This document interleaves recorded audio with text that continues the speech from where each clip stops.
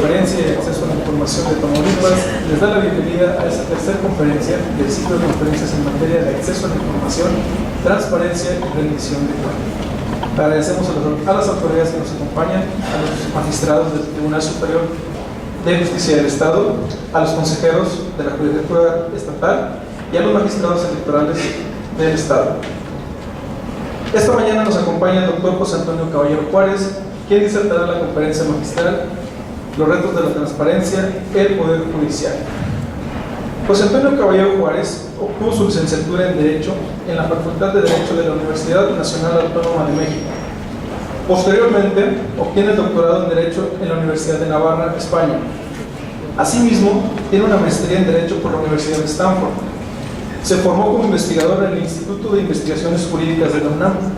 Actualmente es profesor investigador en la División de Estudios Jurídicos del Centro de Investigación y Docencia Económica AC.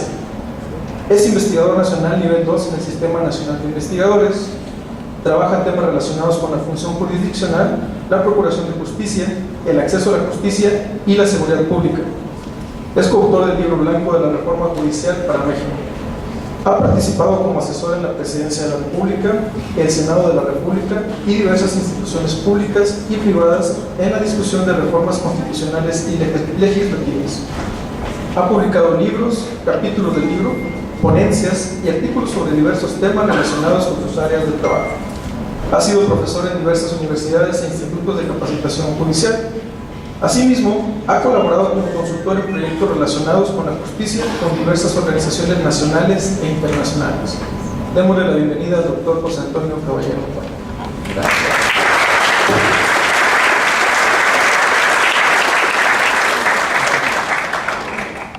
Pues buenos días, muchísimas gracias a la invitación al Instituto de Transparencia y muchas gracias al Tribunal y al Consejo por la hospitalidad. Muchísimas gracias.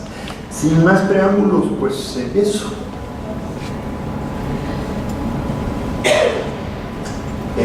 Quería empezar con un examen para la vista, con el objetivo de revisar que...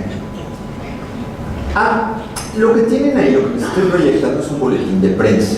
Es el boletín de prensa que emitió la Suprema Corte de Justicia el 6 de noviembre de 2013 para anunciarnos que había resuelto el amparo por el cual se concedía un amparo isuillano a Israel Arzate. Israel Arzate, les leo el pedacito que está en rojo y ahorita les comento un poquito más del asunto. La primera sala de la Suprema Corte de Justicia de la Nación resolvió el amparo 703 de ahora del 2012 a propuesta del ministro Pardo Rebolledo. En él se amparó por unanimidad a la persona que al dictarle autovinculación a proceso en calidad de coautor por los delitos de homicidio calificado y homicidio calificado en grado de tentativa derivado de los hechos acaecidos en la colonia Villas de Salvarcar, en el estado de Chihuahua. Se tomó en cuenta una prueba ilícita. Note cómo en rojo omiten mencionar el nombre de Israel Arzate, pero no necesitamos ocultar el nombre porque el nombre lo encabeza el propio boletín de prensa.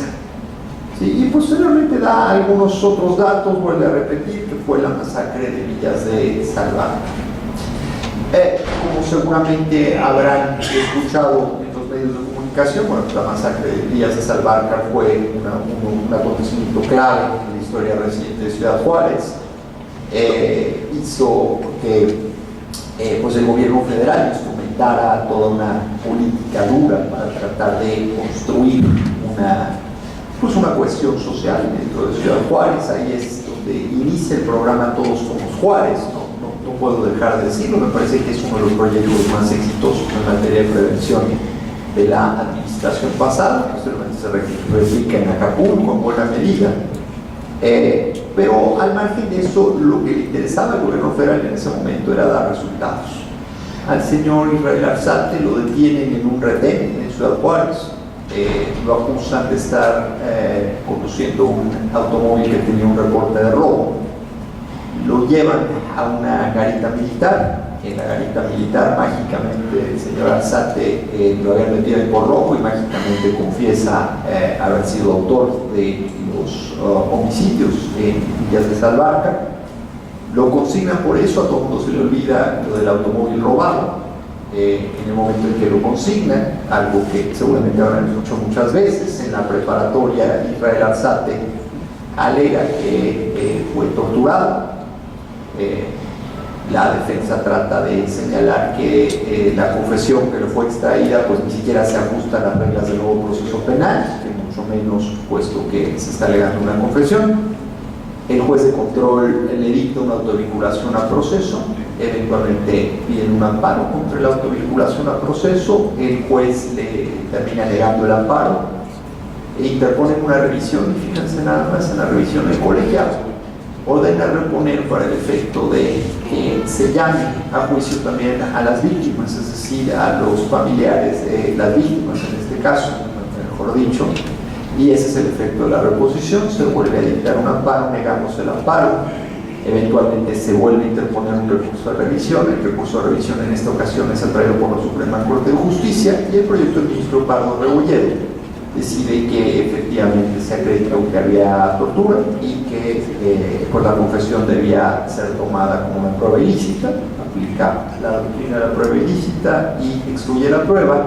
Y la pregunta dura para la Corte era ¿cuál es el efecto que debemos reponer? Es decir, que el asunto regrese al juez de control o debemos conceder el amparo liso y llano. Por una mayoría de 3 contra 2, los ministros Saldívar, Gutiérrez, Ortiz Mena y la ministra Sánchez Cordero votan por el amparo liso y llano, y los ministros Cosío y Pardo Rebolledo optan por el efecto de la reposición. ¿Por qué les traigo a colación esta historia? Porque esta historia nos habla mucho de transparencia judicial. Nos habla mucho de lo que, en mi opinión, es un problema que debió resolverse desde el juez de control. Se supone que el nuevo sistema de justicia penal está diseñado precisamente para modificar las prácticas tradicionales en la impartición de justicia. En este caso, en la generación de investigación. Pero el juez de control consideró que no era preocupante el caso del señor Arzate, a pesar de que, rompiendo, digamos, con el orden constitucional, el 16 dice que presentarlo inmediatamente a la autoridad ministerial. Eventualmente sí, un ministerio público le recibió la declaración, pero en una instalación militar. El asunto traía varias irregularidades, y entonces nuestra pregunta es, bueno, ¿y el juez de control qué hizo? Vamos a suponer que el juez de control no tenía condiciones para hacer algo, muchas razones. Vamos a suponer que el juez de control se sintió presionado por opinión pública si ya se había resuelto el asunto de Villas de Salvarcar, porque iba a tener que soltar al iniciado. Pero entonces pensaríamos que el juez de distrito le tocaba hacer eso, y el juez de distrito tampoco lo hizo. Tampoco lo hizo el colegiado, porque había que esperar hasta la Suprema Corte de Justicia para que esto ocurriera. Y esta es una pregunta importante en calibración de cuáles son las expectativas que podemos tener de nuestros poderes judiciales, y es evidentemente una pregunta importante porque se alimenta de acceso a la información y se alimenta también en muy buena medida con criterios para medir el desempeño judicial. Ciertamente, ¿cuál hubiera sido el costo de un juez de control o el juez de distrito para liberar al señor Arzate en esas instancias? Tal vez en ese momento la opinión pública en Chihuahua se los hubiera desayunado. Entonces no tiene suficiente independencia como para poder dictar absolutamente esas decisiones, y hay que esperar a que suban a la Suprema Corte de Justicia. Bueno, es el único caso. Hace algunos años el amparo Medina Millet, un homicidio en el caso en Yucatán. El señor Medina Millet estaba acusado de haber asesinado a su esposa, era su prometida. Fue un asunto que se politizó mucho en Yucatán. Hubo un juicio político contra los magistrados del Tribunal Superior de Justicia, porque los magistrados condenaron al señor Medina Millet. Era una investigación difícil, digamos, a la larga. En ese entonces, el candidato a la gobernatura, Patricio Patrón, y después gobernador, dijo que iba a ser eso un asunto importante para su gobierno, y estaba por la liberación del señor Medina Millet. Eventualmente eso implicó un conflicto entre el Poder Ejecutivo y el Poder Judicial en el Estado. El magistrado Ángel Prieto fue en esa ocasión el presidente del Tribunal Superior del Estado de Yucatán, y él fue el encargado de llevar a cabo la defensa dura del tribunal. Eventualmente la primera sala de la Corte terminó confirmando en muy buena medida el sentido del amparo Medina Millet, en el sentido que el señor Medina Millet tenía que terminar de cumplir su condena y no había elementos para considerar su absolución. Eventualmente el señor Medina Millet va a salir, pero por el perdón que le otorga el propio gobernador. Pero fíjense lo interesante de esta pregunta dura. Bueno, ¿y el señor Medina Millet qué tipo de elementos tenemos para saber si era culpable o inocente? Pues evidentemente los elementos duros son el conocimiento de su resolución y el conocimiento de las condiciones en las que se desarrolló esto. A la larga podemos ver cómo ciertamente los magistrados en esa ocasión, como seguramente pudo existir en el caso Alzate, recibieron una presión, si quieren ustedes no directa, pero una presión implícita de una opinión pública que estaba buscando que se hiciera justicia bajo una lectura de la justicia solo se perfecciona si metemos a alguien a la cárcel. Entonces, cuando estamos hablando de acceso a la información judicial, estamos hablando de muchas variables que implican cómo se lee la justicia, qué elementos tenemos para ver la justicia y en qué condiciones. Pero fíjense una cosa más interesante. Si el argumento es importante conocer las sentencias en esos términos, fíjense nada más cómo la publican, otro examen de la vista, ya lo siento. Como estoy tratando de colocar los textos completos, voy a dejar la presentación, espero que se pueda distribuir eventualmente, pero esto lo saqué directamente del engrose publicado por la Suprema Corte de Justicia en la versión pública. Alcanzan a ver seguramente unos puntitos aquí.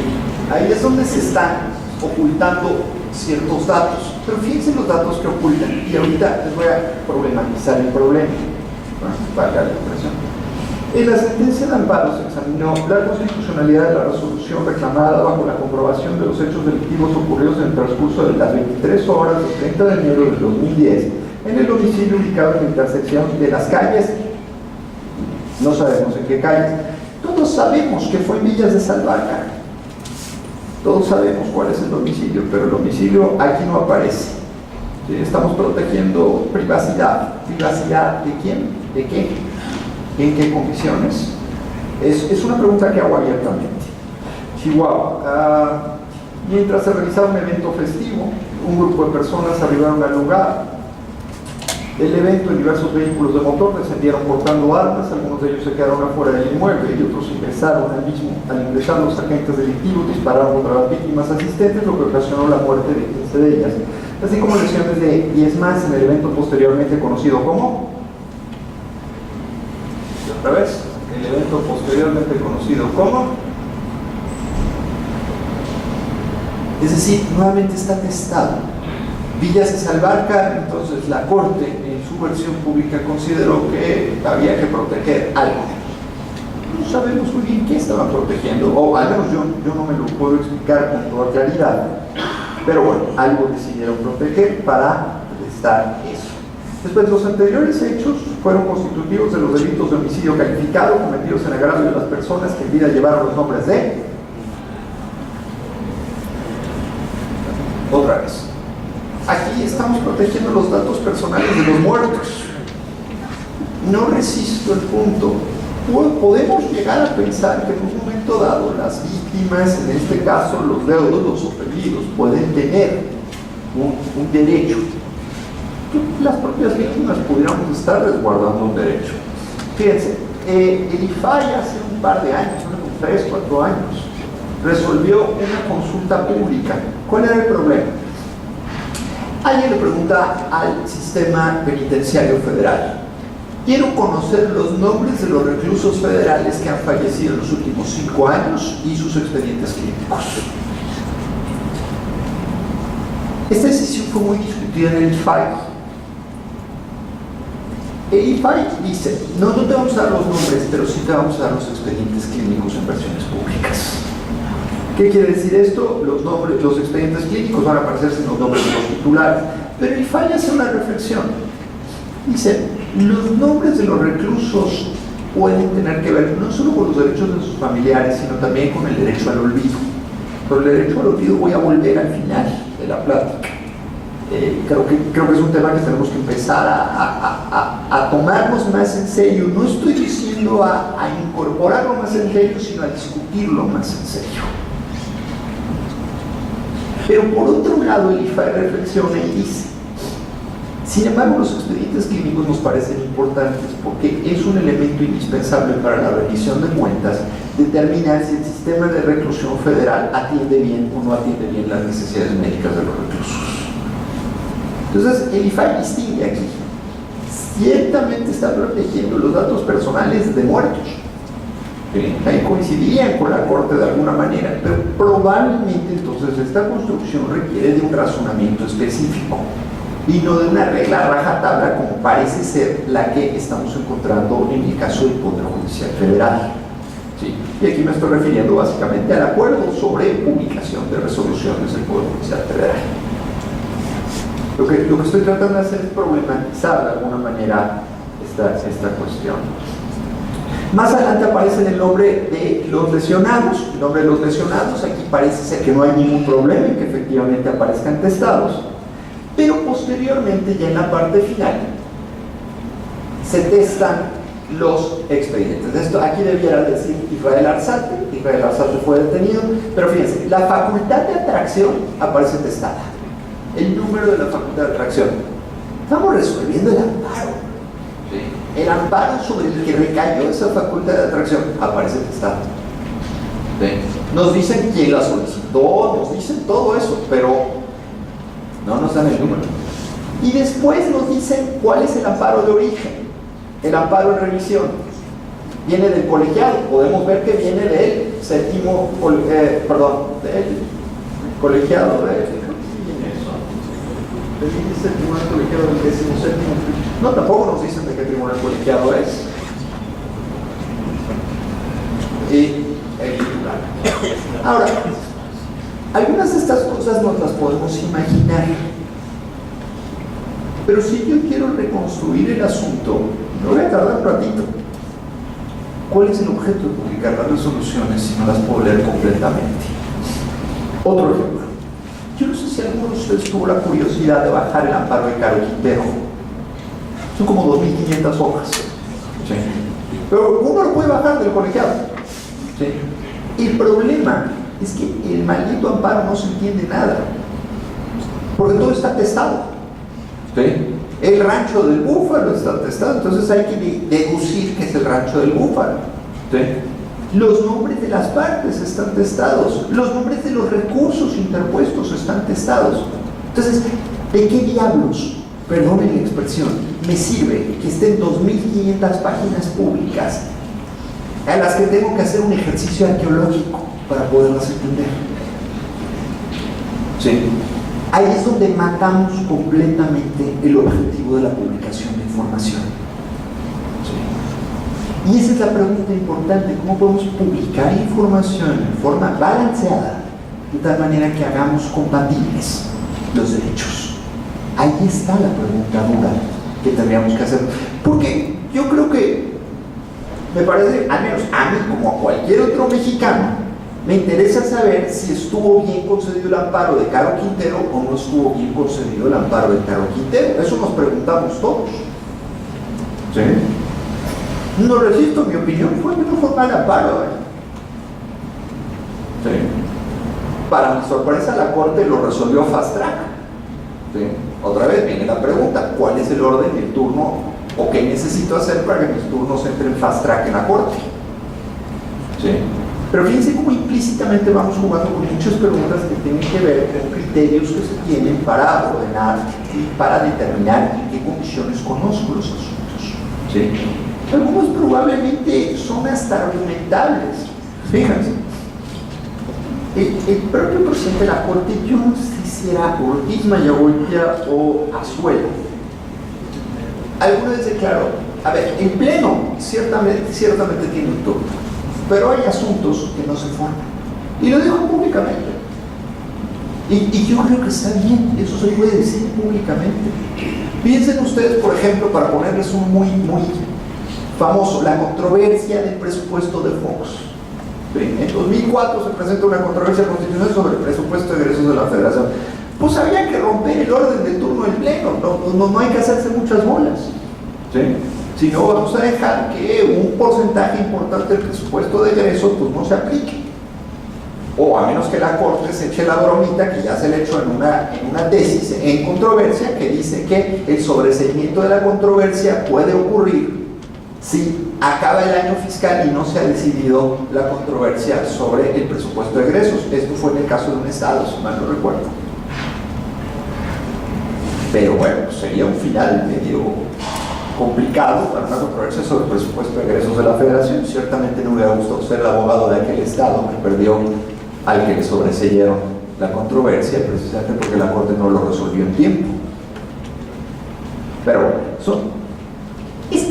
estos puntos los quiero sacar un poco como, si quieren ustedes, el leitmotiv, el punto de referencia sobre el cual tendríamos que tener, o sobre el cual tendríamos que estar pensando cuando hablamos de acceso a la información judicial. Y sobre esto, ya, uno más. Este es el acta de la sesión del 6 de noviembre de 2013, donde, otra vez, este es un documento público, este está publicado en internet. Es decir, cuando la Corte me dice, no, bueno, estos datos que se publican en nuestros criterios de publicación de sentencias, los tenemos así para que los buscadores electrónicos no identifiquen el nombre de Israel Arzate, pues tendría que aplicar igual para el acta de sesiones. Y no. En el acta de sesiones aparece con toda claridad el nombre del señor Arzate. Ahí lo tienen. Esto está bajado en internet. ¿Sí? Y después, si me voy al módulo de informes, consulta por expediente, puedo conseguir los datos adicionales del amparo en revisión y del amparo original. ¿Sí? Y después, si bajo un par de cosas más, puedo conseguir el nombre de la causa. Por eso les digo, hay que hacer arqueología, pero la información se puede obtener. Entonces, muchas veces estos criterios lo que están haciendo es simplemente dificultar la vida de cosas que ellos mismos están publicando por otro lado. Hasta dónde sí, hasta dónde no. Y quizá la pregunta dura es información, ¿para qué? ¿Cuál es la finalidad con la cual queremos publicar esta información? Y si el mecanismo que estamos utilizando para publicarlo satisface precisamente esa finalidad. Bueno, ¿cuál es la razón de ser del acceso a la información judicial? Precisamente para documentar este punto de fondo. El primero, principio de publicidad. Pero principio de publicidad no es el del sexto de la Constitución. ¿Sí? Aquí yo estaría en el 20 de la Constitución o estaría en el 14 del Pacto Internacional de los Derechos Civiles y Políticos. ¿Qué estoy tratando de decir con esto? Que cuando estamos hablando de información procesal, los criterios de acceso a la información no se rigen en términos generales por las reglas duras de acceso a la información, es decir, por el sexto. Se rigen por el principio de publicidad de naturaleza procesal. Ese es previo a la existencia o al desarrollo de toda la reglamentación de acceso a la información pública. Entonces es importante tenerlo en cuenta. Y es importante tenerlo en cuenta porque las razones de ser de la publicidad procesal son muy específicas y están relacionadas precisamente con la materia del juicio. Y yo les diría, la original es asegurar que el indiciado no sea víctima de una arbitrariedad. ¿Sí? Si a mí me juzgan en lo oscurito, probablemente me van a desayunar. Si me juzgan a la luz pública, es mucho más probable que sea o le subo el grado de dificultad a la posibilidad de que se cometa una arbitrariedad en mi contra. Pero fíjense cómo esto está metido precisamente en la raíz del proceso. Entonces es una pregunta mucho más procesal.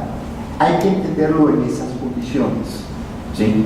Ciertamente con esto se incorpora ahora el tema de las víctimas. Y el tema de las víctimas creo que nos va a generar varias complicaciones en materia de principios de publicidad.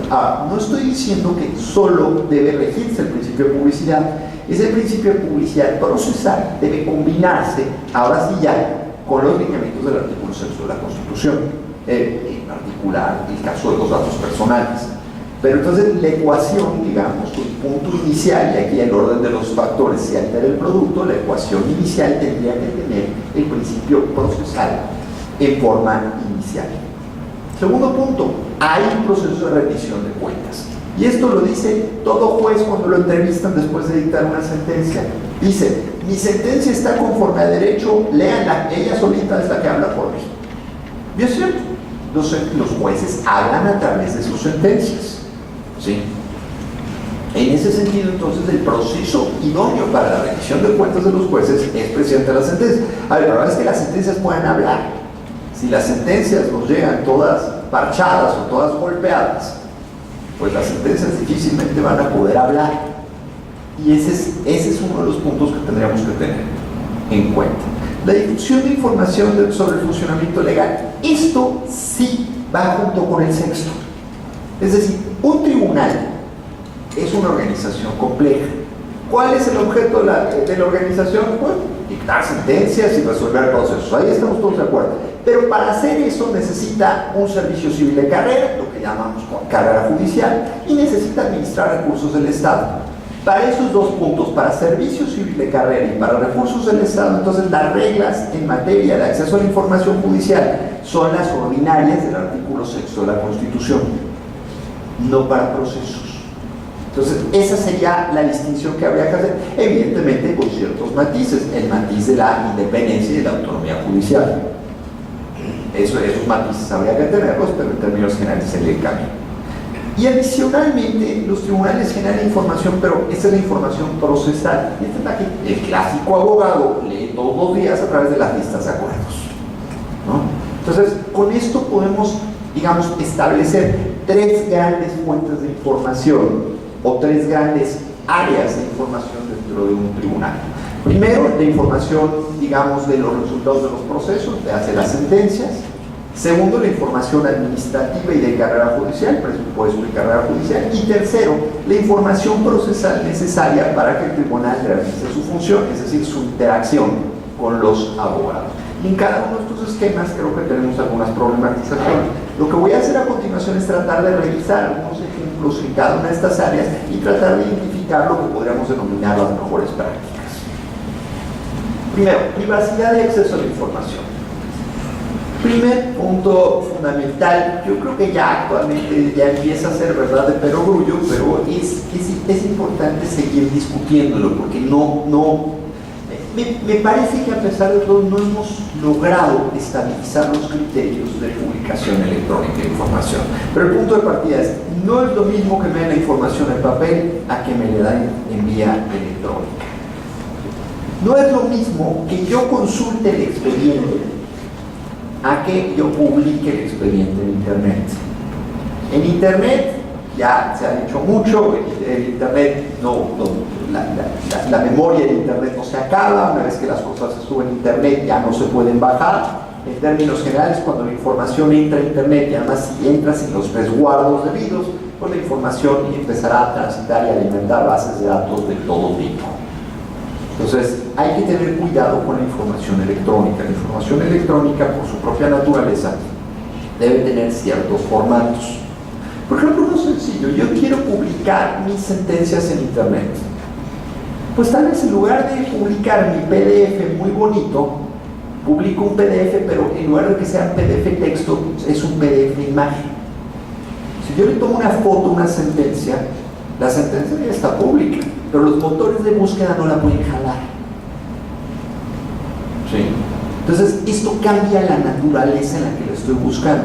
Puedo satisfacer perfectamente bien los requisitos de publicidad y al mismo tiempo puedo lograr evitar que pueda haber un mal uso en la indexación de la información. Ciertamente, incluso en esos casos, es muy probable que tenga que testar algunas cuestiones. ¿Sí? Pero ¿en qué condiciones puedo hacer esto? Entonces, lo que estoy tratando de decirles es que cuando publicamos la información tenemos que estar conscientes del tipo de riesgos que puede implicar y tratar de verlo. Aquí, de alguna manera, pues sí, hay que hacer una especie de suplencia de la eficiencia porque normalmente el justiciable no va a meter las manos y entonces sí es el órgano jurisdiccional el que tendría que establecer cuáles son los criterios. Publicación de sentencias del Poder Judicial Federal es un gran avance. O sea, a pesar de que empecé criticando los ejercicios de publicación de estas sentencias, debo reconocer que es un avance gigantesco. Me parece que es muy buena idea publicar esto. ¿Por qué es muy buena idea? Porque hoy por hoy, me dudé porque es tirar un rollo sobre la jurisprudencia, pero ahí les va.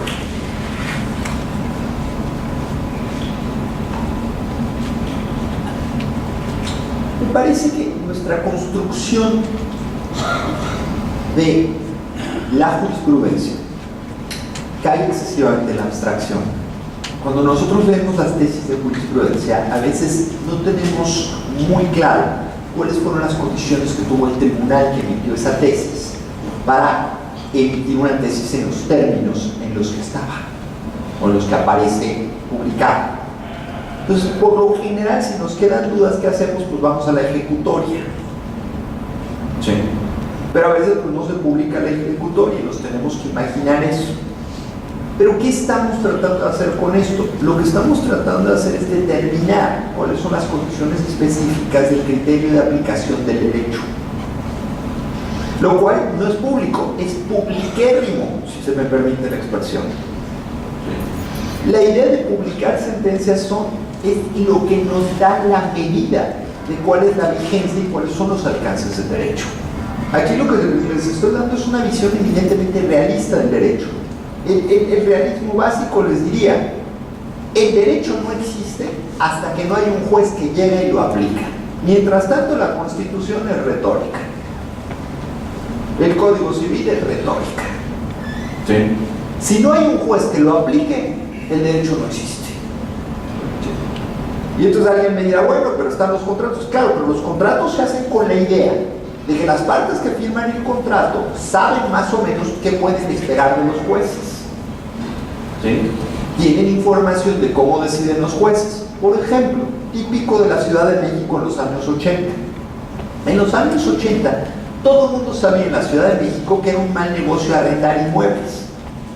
El arrendamiento inmobiliario era un problema terrible en la Ciudad de México porque los juicios eran interminables. Había despachos de abogados que vivían de iguales y le decían a los inquilinos, deja de pagar, ¿cuánto pagas de renta? 5,000 pesos al mes. Bien, ¿por qué no me das 3,000 y yo te mantengo viviendo ahí en 5 años? Sin problema.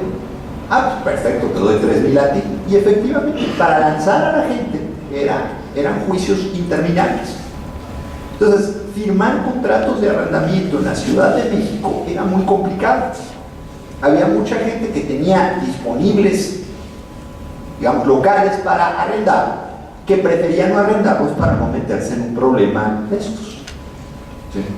Pero fíjense cómo la lectura del mercado está basada en qué están viendo los tribunales. Sí.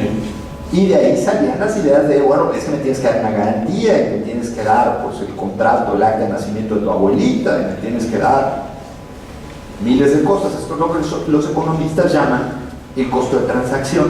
¿Sí? En 3 palabras, el costo de transacción son los costos adicionales que las partes tienen que pagar para realizar una transacción. En un contrato de arrendamiento uno diría, pues el costo de transacción, ¿qué es? Pues la renta mensual.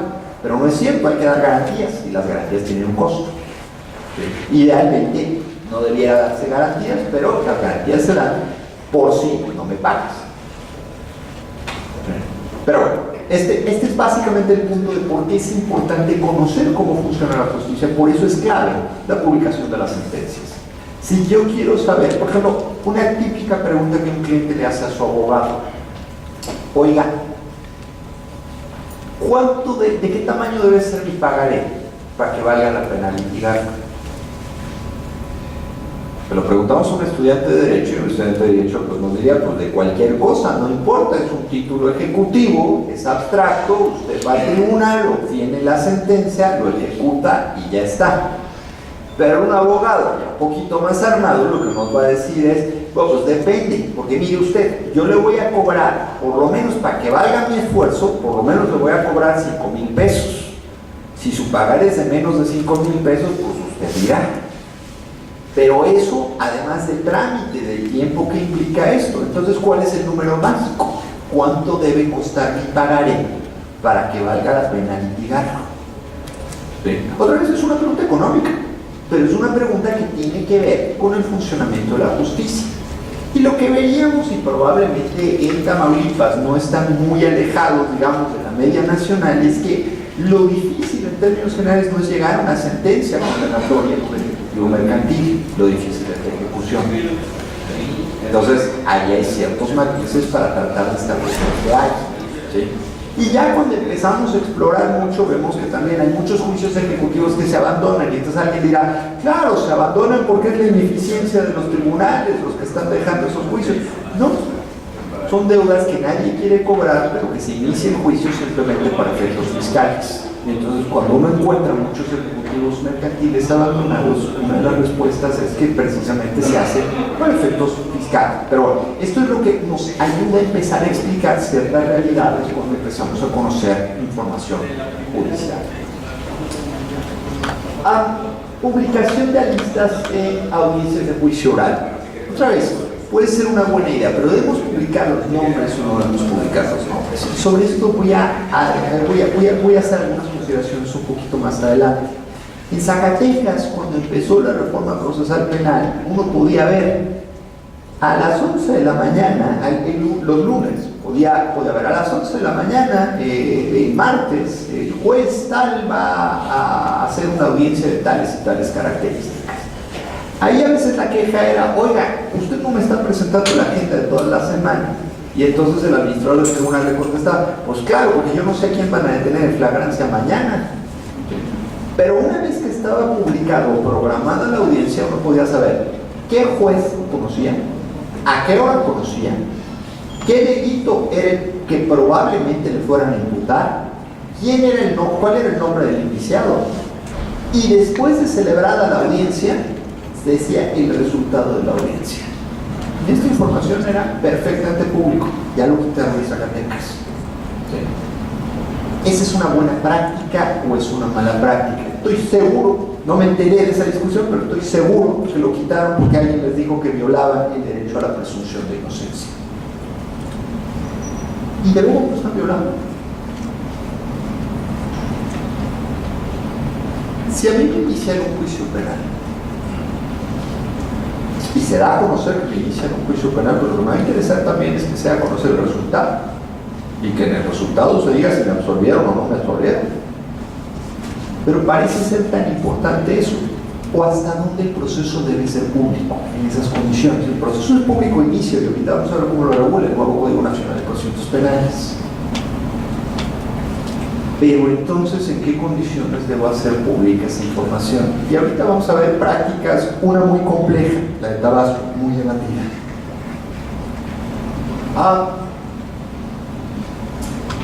Las sesiones en video. En Nuevo León, hasta hace poquito también, uno entraba a la página de Nuevo León y podía ver las audiencias. De hecho, hasta para entrenar jueces era buenísimo, porque uno bajaba las audiencias y en procesos de capacitación utilizaba las audiencias para ver si Catarino o Erlindo habían estado haciendo un buen control de detención o en qué condiciones lo habían hecho. Ya lo quitaron. Ahora, ahí probablemente la idea de finalidad puede ser más interesante. ¿Las audiencias sirven para capacitar o para qué sirven? ¿Para qué sirve que yo publique todas las audiencias que se celebran en el tribunal por internet? ¿A quién le beneficia? ¿En qué condiciones? ¿Vale la pena un ejercicio así? En Nuevo León aparentemente ya decidieron que no vale la pena y la quitaron. Apuesto también que seguramente alguien les argumentó que se violaba no solo en este caso la presunción de inocencia, sino muy probablemente también los derechos de las víctimas, porque las víctimas pues aparecían en la tele también. ¿Sí?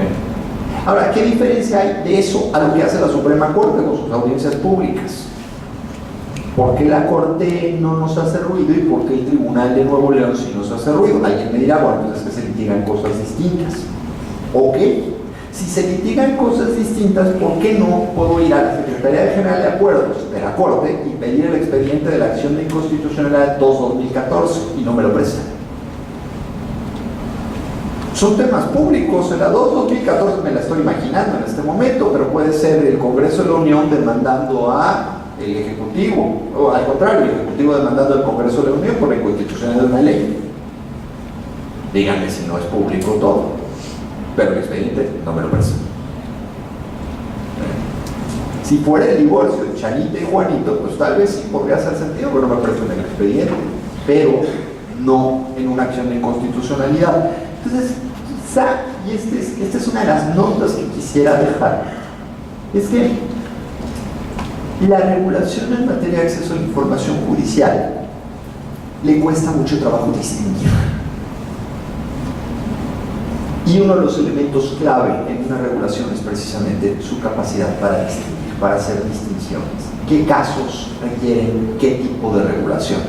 Lo cual me lleva a una conclusión que retoma en alguna medida el Código Nacional, que es quien esté en mejor condiciones para evaluar la cantidad y la calidad de la información que se puede dar sobre un asunto determinado es el juez de la causa. Él, ese o ella es quien tiene la mejor condición para determinar esto, lo cual también implícitamente nos dice que las reglas generales en materia de acceso a la información judicial suelen ser problemáticas. Déjenme ponerles el ejemplo más dramático. No sostendría que deberíamos adoptar este estándar, pero la anécdota es interesante.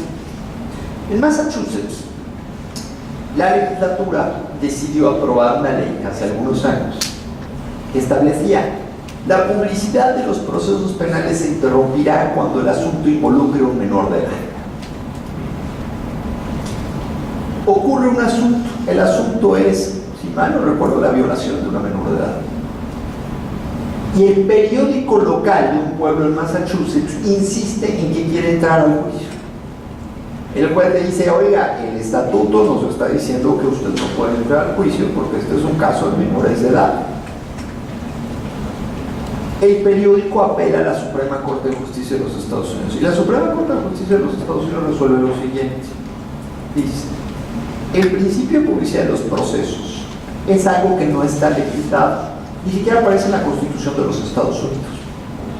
Pero es algo que está tan arraigado a nuestras costumbres que un legislador ordinario no lo puede invalidar simplemente por decreto. El único que lo puede invalidar sería un juez considerando las circunstancias específicas del caso. Y declara inconstitucional el estatuto de Massachusetts que prohibía el ingreso de personas o que prohibía la publicidad de las audiencias en asuntos penales involucrados a menores de edad. ¿Sí? Lo cual, bueno, podemos generar una lista de violaciones, interés superior del niño, y que ustedes quieran y maten. Pero el razonamiento interesante de la Corte de los Estados Unidos es que la preferencia es la publicidad. Y si van a construir excepciones, las excepciones nunca pueden ser de corte general, sino tienen que estar construidas específicamente a las circunstancias del caso en particular. Creo que no tendríamos que llegar nosotros a esos niveles. Me parece que la regulación del 20 de la Constitución, que establece derechos de familia, menores, interés público en general, que es más o menos tomada del 14 del pacto, es bastante general como para cubrirnos perfectamente bien. Pero con esto creo que podemos tener un ejemplo interesante de cuáles pueden ser, digamos, posturas duras de defensa de la publicidad de los procesos.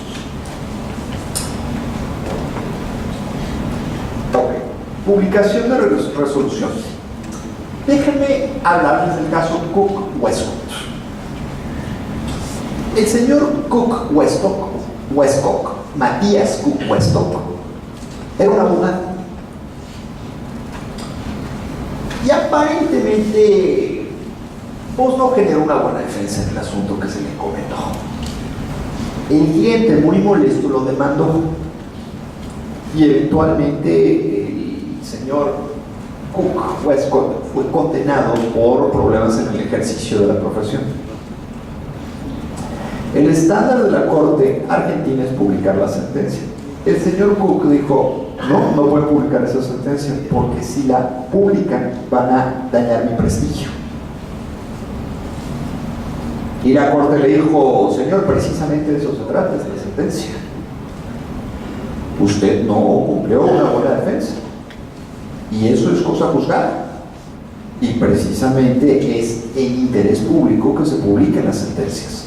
Las sentencias, usted pudo haber salido absuelto y le hubiera interesado salir absuelto como al interés público era tan importante usted absuelto como usted condenado.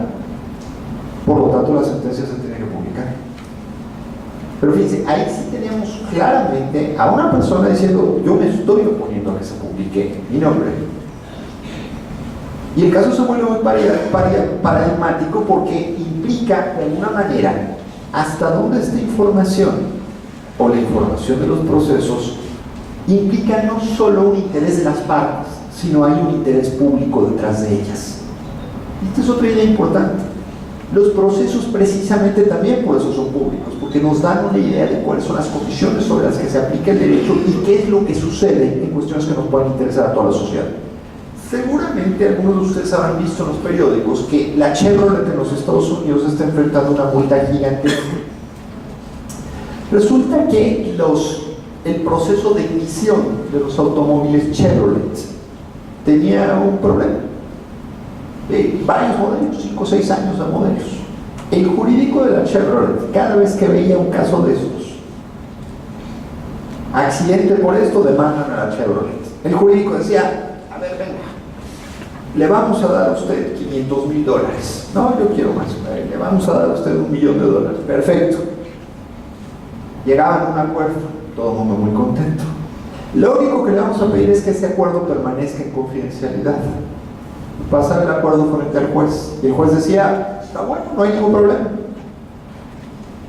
Así pasaron 6 años y nadie se enteró que los automóviles Chevrolet podían constituir un riesgo por el detalle de la ignición. Pasó lo mismo con unas llantas, las llantas que eran las llantas Firestone, exacto, el caso Firestone. Pasó lo mismo hace varios años. ¿Sí? Las Firestone que utilizaban las Bronco, esas eran las Ford Bronco, también traían problemas.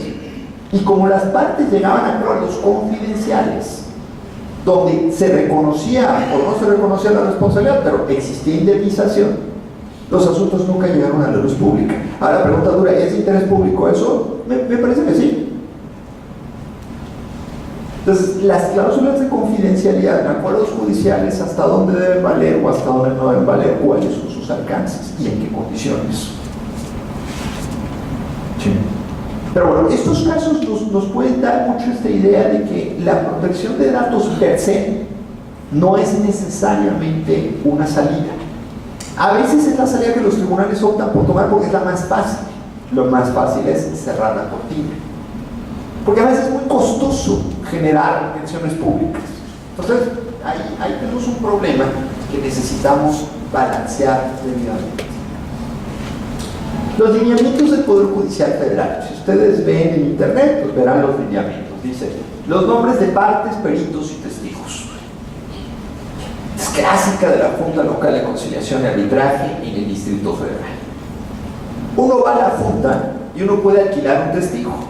Y ese testigo le dice a uno que él vio desde un elefante morado hasta Moisés abrir el mar rojo, lo que ustedes quieran.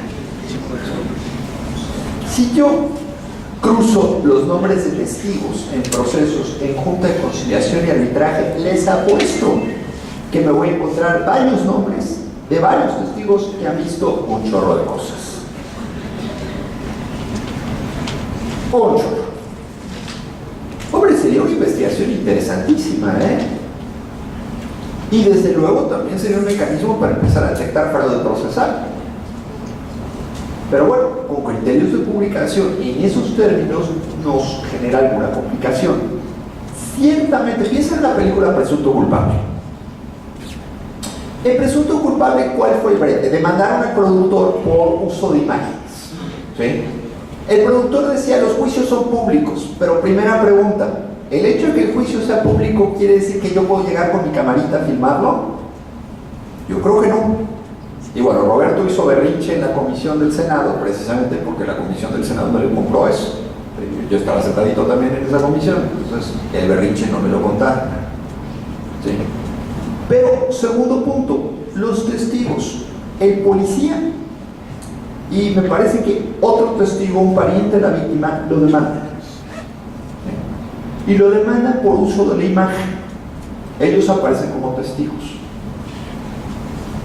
Ahí aparentemente la respuesta es, el tercero particular probablemente sí puede reclamar algo, porque incluso el Código de Procedimientos Penales para el Distrito Federal permite que los testigos le soliciten al juez ocultar sus nombres. Pero el policía judicial tiene la misma condición, probablemente no, porque él comparece como servidor público. Entonces, ¿cuál es su condición y de qué manera nos podemos o no nos podemos enterar? Porque ya que vemos estos criterios, a veces he visto sentencias publicadas donde está atestado hasta el nombre del juez. Entonces, ya cuando nos ponemos a testar cosas, pues testamos todo. Y otra vez llegamos al caos de Caro Quintero, si quieren ustedes, donde ya no nos enteramos de nada. Entonces, ¿cómo construimos ese balance? Vamos a ver ahorita más o menos qué se hace en el Código Nacional, pero es un asunto que no es pacífico, por decirlo de alguna manera. Nombres de menores de edad, ese yo creo que sí lo podemos poner en blanco y negro, ese creo que no tiene ningún brete. Los menores de edad, adiós. Número de expedientes en etapas previas, ¿cómo que para qué? Ese sí, la verdad es que no me explico cuál es la razón de ser, de estar. Son documentos públicos, son juicios. Ahí sí no tengo la menor idea de por qué se hace eso en el Poder Judicial Federal. Datos relacionados con las personas que intervienen en el proceso, domicilio, estudios, otros, también puede ser que resulten viables, ¿sí? Yo no sé si el domicilio de Villas de Salvalca valía la pena testarlo o no.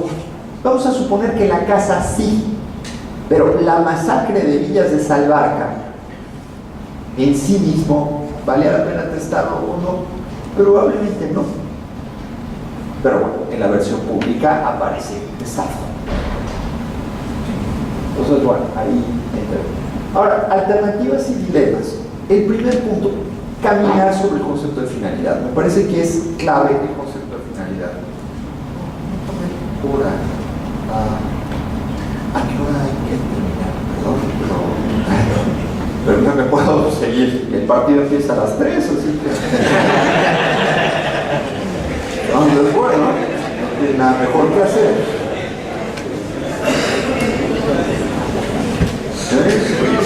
Para ver algo bueno, pues nos echamos el partido.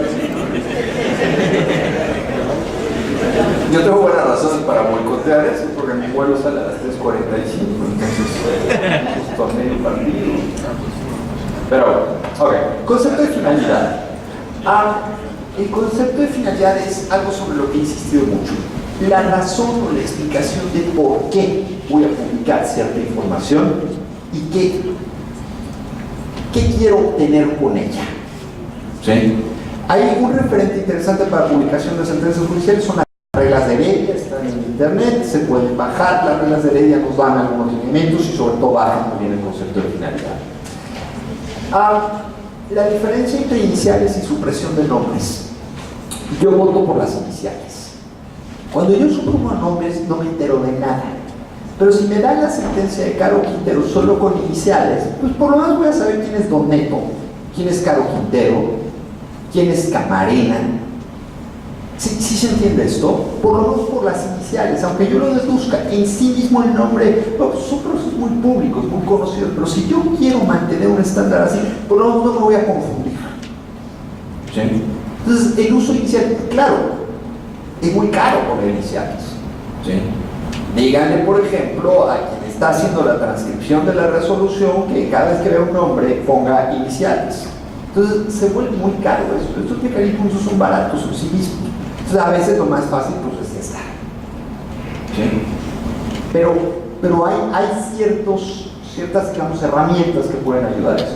Suprimir datos o procedimientos de oficio es alguna de las perspectivas, es decir, tratar de darle a las partes la posibilidad de que soliciten la supresión de datos. Pero yo creo que ahí la supresión de datos tendría que ser reglada. Si yo le digo a un abogado, ¿quieres que tus datos sean públicos, sí o no? 11 de cada 10 veces me va a decir que no. Entonces, lo que tenemos que hacer es una supresión razonada. Oiga, justifíqueme por qué no quiere. Si usted me convence de que tiene un interés digno de serse guardado para que lo haga, pues adelante, suprimimos sus datos, no los vamos a conocer. Pregúntenle al abogado de la Chevrolet si tenía interés en que sus asuntos fueran públicos o no fueran públicos. Con una cláusula ciega, una cláusula nada más de ponga usted si quiere que sus asuntos sean públicos o no. Pues, está clarísimo, iba a poner siempre no. Y entonces la decisión la tiene el particular. Pero los procesos son públicos, insisto en esto. Si los procesos fueran privados serían arbitrajes. ¿Sí? Estamos hablando del 17 de la Constitución, es privilegio del Estado la jurisdicción. Entonces, desde esa naturaleza, si los procesos públicos, ¿por qué les damos control a los particulares en esas condiciones? Esa sería mi objeción a estas cláusulas de optar por entrar o optar por no entrar al sistema. Ciertamente hay un problema, pero es el problema clásico de toda autoridad en custodia de datos. Las autoridades tendrán que ver de qué manera o cuál será la mejor forma de custodiar los datos. Bien. Principio de minimización de datos. Este es muy básico, déjame ponérselos en un ejemplo. Me llevan al Ministerio Público, estoy en calidad de detenido, me pescan en flagrancia, robándome los manos. Lo primero que me van a preguntar el MP es, a ver, su nombre, su edad, sus apodos, su religión. Oiga, yo me robé unos pasteles, no dejé de ir a misa. Es decir, la minimización lo que trata de hacer es, ¿para qué metemos al expediente datos que no necesitamos? Cada proceso debe tener exclusivamente los datos que se requieren. ¿Sí? Ahí tiene que haber un juicio. ¿Sí? Un juicio del funcionario encargado de obtener esos datos, pero ahí los formatos pueden ser muy traicioneros, porque ciertamente tenemos la mala costumbre en muchos formatos de preguntar religión, y la religión, la verdad es que es completamente irrelevante para un proceso público, ¿sí? A menos que esté registrando una secta o esté registrando alguna cosa así, ¿no? Pero en términos generales la religión no va a ser una cosa relevante. Pero bueno, lo dejo como un ejemplo simplemente de cómo en ocasiones no hay criterios muy claros de minimización de datos que tratan de liberar. Porque además, ¿cuál es la bronca? El Ministerio Público, ya que me preguntó mi religión y yo se la di, pues ya va a tener el brete de custodiar ese dato. ¿Sí? Y ese dato va a caminar junto con mi APE. Entonces, bueno, pues habrá otra cosa que testar o a ver qué hacer con eso. Pero bueno, distinguir entre procesos y sentencias. Claro. Una cosa es el proceso, la información procesal debe tener ciertas vías de comunicación, otra cosa es la sentencia. Y déjenme ponerles el ejemplo dramático. Esto es Tabasco. Y, bueno, sistema de información procesal, voy un poquito más rápido, pero otra vez es prueba de vista, pero no tiene desperdicio esto. Esta es la lista de acuerdos, si mal no recuerdo, del juzgado cuarto del centro. El centro es el distrito de Villahermosa, Tabasco. Y fíjense, bueno, por ahí ponen un pederasta, un delito de pederastía, y María Elena Arcos Osorio. ¿Quién cree que es? La víctima. Publicado en internet. Otro, abuso sexual, robo. La menor es Elsie María González y su madre Aurora Zavala. No publican el nombre del iniciado para no violar su presunción de inocencia, no más falta. Sí, aunque usted no lo crea. Pero si no me creen, revisen en internet, bajen la lista de acuerdos y van a ver. Esta es una mala práctica. ¿Sí?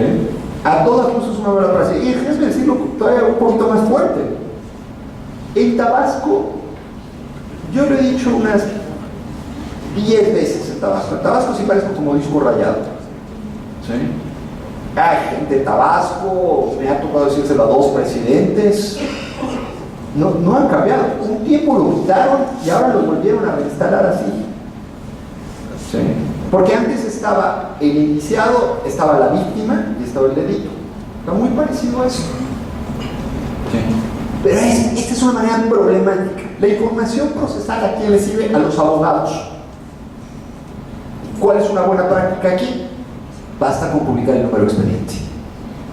Tipo de juicio, número de expediente. ¿Sí? Sí, se pueden llegar a publicar nombres en ciertas condiciones, pero tipo de juicio, número de expediente, y con eso se satisface la necesidad del abogado.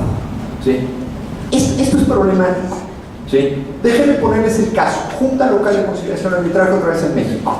Una señora va a pedir trabajo a alguna parte y le dice, no señor, usted es bien conflictiva, no le vamos a dar charla. Oiga, ¿cómo? No, tiene un asunto en la Junta Local.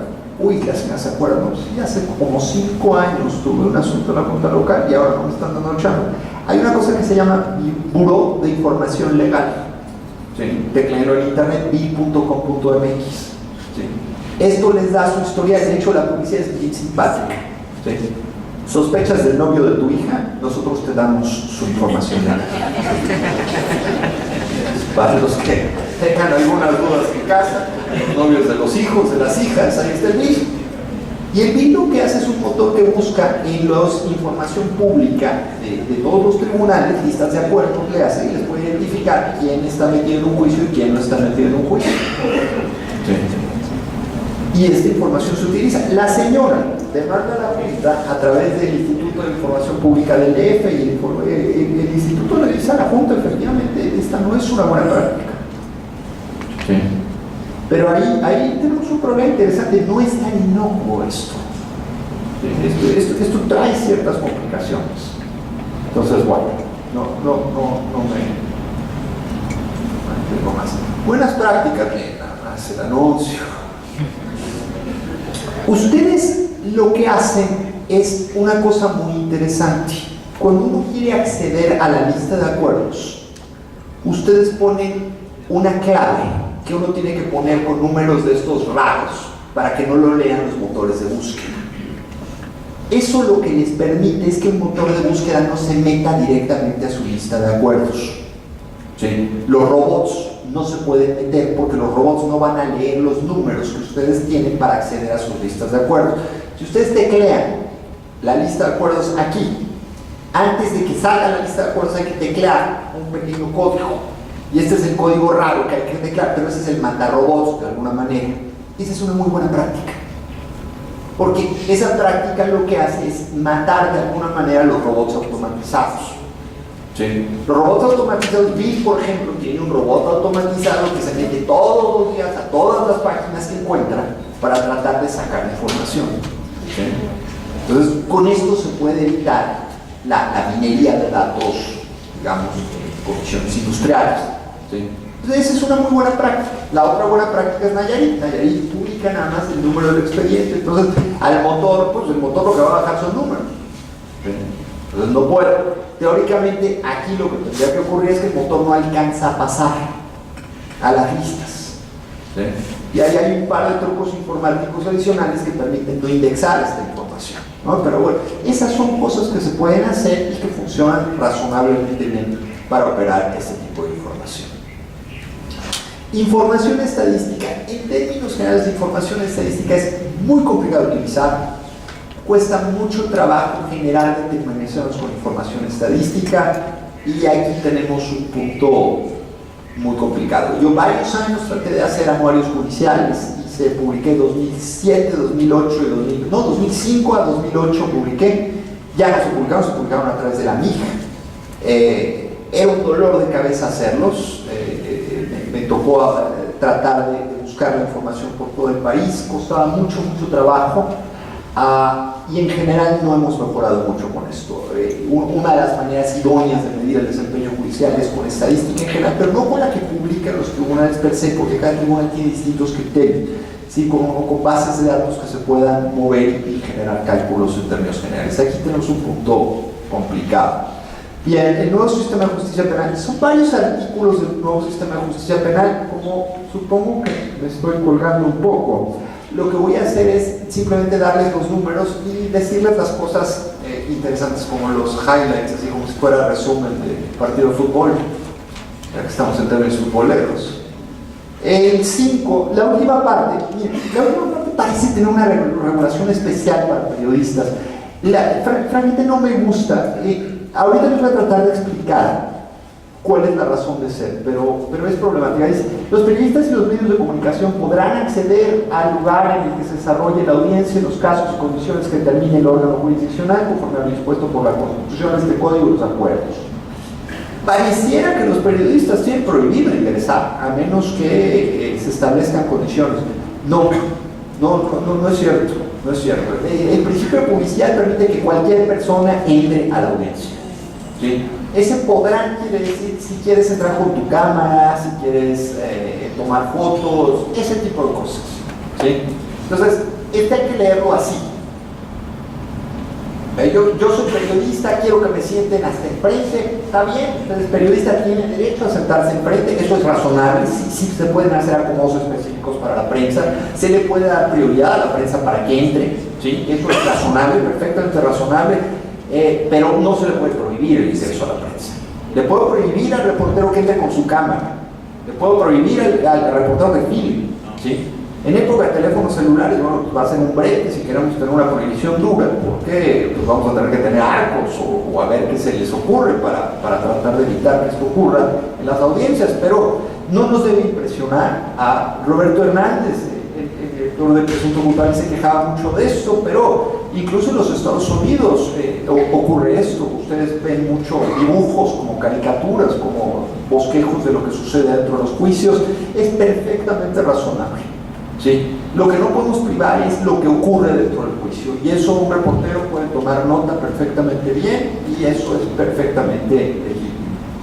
Bien, hay una disposición general de derecho a la intimidad y privacidad, pero es una regla abierta. El artículo 15 no nos da una solución dura sobre esto. La noticia es que lo vamos a tener que ir bajando a golpe de jurisprudencia, a golpe de acuerdos, a golpe de regulación. Acceso a las carpetas digitales. Fíjense eso, esto es bien importante. Dichos registros, es decir, las carpetas digitales, también podrán ser consultados por terceros cuando dieren cuenta de actuaciones que fueren públicas. ¿Sí? Entonces, yo puedo consultar las carpetas digitales si dan cuenta de actuaciones que son públicas. Déjenme ponerles un ejemplo del proceso penal contemporáneo. Va a sonar un poquito excesivo lo que les voy a decir, pero creo que tengo algún punto ahí. La mayor parte de los expedientes penales acumulan mucha basura. ¿Qué quiero decir con basura? Fotocopias de identificaciones al oeste. La misma identificación la puedo ver unas 40 veces dentro de un expediente penal. Fotocopias de oficios, también, ad nauseam. ¿Qué es lo que verdaderamente me interesa cuando yo estudio un expediente? Pues normalmente las declaraciones que son en audiencia pública, normalmente las testimoniales que son en audiencia pública. Es decir, en realidad, en términos generales, gran parte del expediente penal es una acumulación de basura procesal, valga la expresión, con una serie de documentos que terminan siendo importantes, pero que finalmente son rendidos en audiencia pública. Entonces, el sigilo puro y duro de los expedientes, pues es un sigilo de sesiones que teóricamente ocurrieron en la audiencia pública. Claro, como en el proceso penal tradicional no existe ni la continuidad ni la concentración, pues necesitamos irlos acumulando, porque las audiencias se van dando pues mes con mes, o un mes sí, un mes no, depende cómo vaya el proceso. Pero fíjense lo interesante aquí, el código parece decirnos que esto tiene cierta ampliación. No baja bien la regulación. Otra vez, esto puede ser problemático, ¿sí? Esto puede ser problemático y nos puede dar algunos dolores de cabeza. Entonces, no es necesariamente una gran noticia, pero sí es una manera de conceptualizar mejor el proceso penal. Bueno, los periodistas o los medios de comunicación acreditados deberán informar de su presencia al órgano jurisdiccional con el objeto de ubicarlos en un lugar adecuado para tal fin, y deberán abstenerse de grabar y transmitir por cualquier medio la audiencia. Aquí yo creo que otra vez el juez está en mejores condiciones de decir si esto se transmite o no se transmite. Porque a veces estamos custodiando una privacidad en casos donde no es posible hacerlo. Caso clásico, Gloria Trevi. Algunos de ustedes son muy chicos, pero seguramente muchos sí tienen la imagen de Gloria Trevi en la rejilla de prácticas en Chihuahua, ¿sí? Y todos queríamos saber qué le iba a pasar a Gloria Trevi. O sea, era un asunto público, ¿sí? Entonces, en esas condiciones, ¿qué estamos resguardando? Tal vez sí se puede decir, bueno, no va a haber imágenes en esas condiciones, o tal vez las imágenes serán distribuidas por cuenta del tribunal. Algo se tiene que hacer. Hay cosas que, digamos, hay cosas que acallarlas generan muchos más problemas que generar una política racional de difusión de información. Entonces, esto otra vez vamos a tener que pensar. Bien, el 64, excepciones, no va a haber mucho, y continuación de la audiencia. Además, resoluciones judiciales. Bueno, las resoluciones judiciales deben darse oralmente, es decir, si se dan oralmente y en audiencia pública, pues con más razón deberían publicarse. Hay que bajar los criterios de publicación, simplemente. Paso. Bien, temas de procuración. Uy, a ver. Esta es nota de hoy, esto de hecho lo hice en el avión porque leí el periódico y vi que detuvieron al hijo de la tuta. ¿Por qué es importante la publicidad? Y aquí hay una discusión bien difícil sobre esto. Se dice que es una mala idea exhibir a los detenidos y que viola su presunción de inocencia.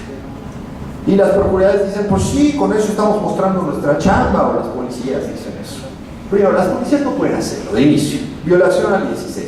La detención se presenta inmediatamente a autoridad, sea judicial o sea ministerial, que no se hagan buenas. ¿Sí?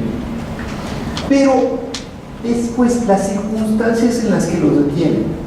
Fíjense, al hijo de la tuta lo detuvieron ayer o antier con una bolsa con medio kilo de alguna droga sintética y una pistola. ¿Que a poco el hijo de la tuta es narcomenudista en el sitio donde lo detuvieron? Y aquí estoy hablando como abogado de la defensa, 5-1 que eso está sembrado. Como abogado de la defensa, se los digo. Yo como abogado de la defensa estaría jugando esa, claramente. La pistola podríamos pensarlo. La droga les apuesto que está sembrado. Fíjense si la publicidad no la lleva a mi cliente. No he tomado el caso, ni mucho menos, pero lo que les estoy tratando de decir es que la publicidad en estas ocasiones ayuda también a los iniciados, que es el argumento inicial que les daba sobre la importancia de la publicidad en el proceso penal. ¿Sí? Porque las circunstancias en las que lo detuvieron y las condiciones y lo que me presentan con me puede ayudar a formar más o menos una teoría de lo que pudo haber ocurrido durante la detención. Y estas son cosas que tendríamos que reflexionar. Entonces, no me los exhibas, viola su presunción de inocencia. Claro, pero mientras no me los exhibes, en una de esas les puedes estar golpeando y los puedes estar maltratando y yo no me voy a enterar, yo opinión pública. Entonces, es un arma de dos filos. Si defendemos una presunción de inocencia dura, y muchas de las gentes que defienden esta presunción con muy buenas intenciones, pero no tienen la menor idea del litigio penal, con toda franqueza. ¿Sí? Y a veces del funcionamiento mucho de las instituciones. Y aquí no estoy diciendo que son las fotografías ventajosas que en ocasiones toman los cuerpos de policía o los agentes del Ministerio Público en presentación de detenidos. Estoy hablando de un problema un poquito más grave, mucho más profundo que eso. Y eso lo vamos a tener que balancear. Las reglas duras en ese sentido me parece que no operan a rajatabla. Bien. Y bueno, la autorregulación de los medios de comunicación me parece claro. En Monterrey hay un observatorio de autorregulación de medios de comunicación. Yo creo que esa es una de las alternativas interesantes. Ellos balconean cuando los medios de comunicación cometen excesos en la materia. Bueno, con esto cierro porque sí, ya me estoy colgando mucho. Medios de comunicación procesal. Dicen que hay gente que les gusta ver las esquelas en el periódico, entonces que en el desayuno revisan esquelas. Bueno, pasatiempo interesante. Pero yo no conozco a nadie que tenga un pasatiempo de leer edictos en el periódico. O sea, así, ¿y tú qué haces? Leyendo edictos. Ok, te la estás pasando bien. La ironía es que los edictos son un medio de comunicación procesal. Sí. Nadie los lee, pero es un dolor de cabeza. En los ejecutivos mercantiles, a la hora del remate, precisamente, si tus edictos no están publicados con 2 centímetros de diferencia y en tamaño tal y a 2 días seguidos, etcétera, está la tesis, ¿no? No funciona. ¿Quién los va a leer? Nadie. ¿No? El redactor, seguramente, el tipógrafo del periódico. Nadie más. ¿Quién Quintana Roo hizo una cosa bien interesante, ya la quitaron, de hecho. Hay cosas muy buenas que de repente desaparecen, pero en Quintana Roo no entraba a la página del tribunal y en la parte derecha decía remate de casa en Cancún. Inmediatamente volteaba y efectivamente eran remates judiciales, pero estaban publicados en la página, en la propia página del tribunal, y a todo lo que se veía. Claro, pues más público no podría ser, pues esa es la idea. ¿Sí? Entonces, mi punto aquí es, necesitamos repensar estos medios de comunicación procesal. Ustedes en Tamaulipas han hecho cosas bien interesantes en comunicación procesal, pero es comunicación procesal interna. Diligenciación de exhortos, lo que hicieron con Nuevo León es estupendo. ¿Sí? Es decir, han reducido muchos costos en eso. En general, en gestión lo han hecho muy bien. Pero me parece que uno de los retos ahora es cómo trascendemos a instituciones viejísimas, que en el siglo XIX no me cabe duda que servían, pero que hoy en día son absolutamente inútiles. En Tabasco, por ejemplo, me decían, a nosotros nos es más eficiente anunciarlo en el radio, los emplazamientos los podemos hacer por radio y los funcionan mejor. ¿Sí? Le pegas a la estación que todo el mundo oye, el emplazamiento la gente va a aparecer. ¿Sí? Entonces, necesitamos ser mucho más creativos ahí. Ese es uno de los puntos donde creo que los retos tendrían que estar un poquito más a futuro. Bueno, y para concluir, no hablé ya siquiera de responsabilidades judiciales. La pregunta ahí es cuándo estamos frente a una buena sentencia y cuándo estamos frente a una mala sentencia. Ustedes otra vez aquí han hecho cosas bien interesantes con los indicadores de juicio justo. Creo que es un estupendo camino, pero los indicadores cuantitativos nunca nos van a llevar a resolver problemas cualitativos. Entonces, necesitamos seguir discutiendo esto. Se los pongo en términos positivos. Hoy yo llego y digo, yo quiero darle un premio al mejor juez del Estado. Al mejor. Y mi criterio es por haber dictado la mejor sentencia este año. ¿Qué criterio utilizo? ¿Cómo sé cuando estoy frente a un buen juez y frente a un mal juez? Radio Pasillo me lo dice todos los días. ¿Sí? El de tal juzgado no sirve, el de tal juzgado es muy bueno. Pero ¿cómo puedo materializar eso? Y es lo mismo, como estoy frente a un mal juez frente a un buen juez. Ahí es otra vez como le ponemos, si quieren ustedes, el cascabel al gato en la construcción de calidad judicial.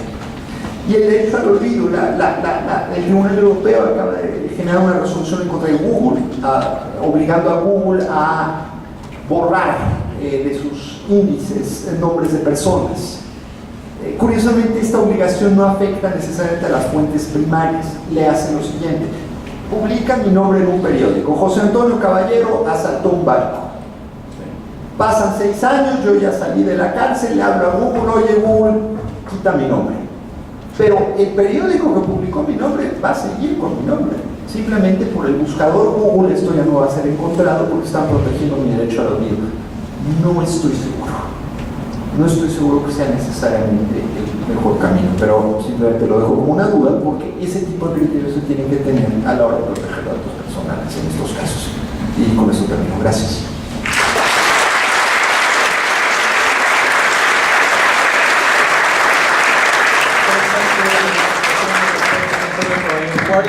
Y bueno, en este momento entramos en la etapa de preguntas y respuestas. Y desea participar, los micrófonos frente a los costados.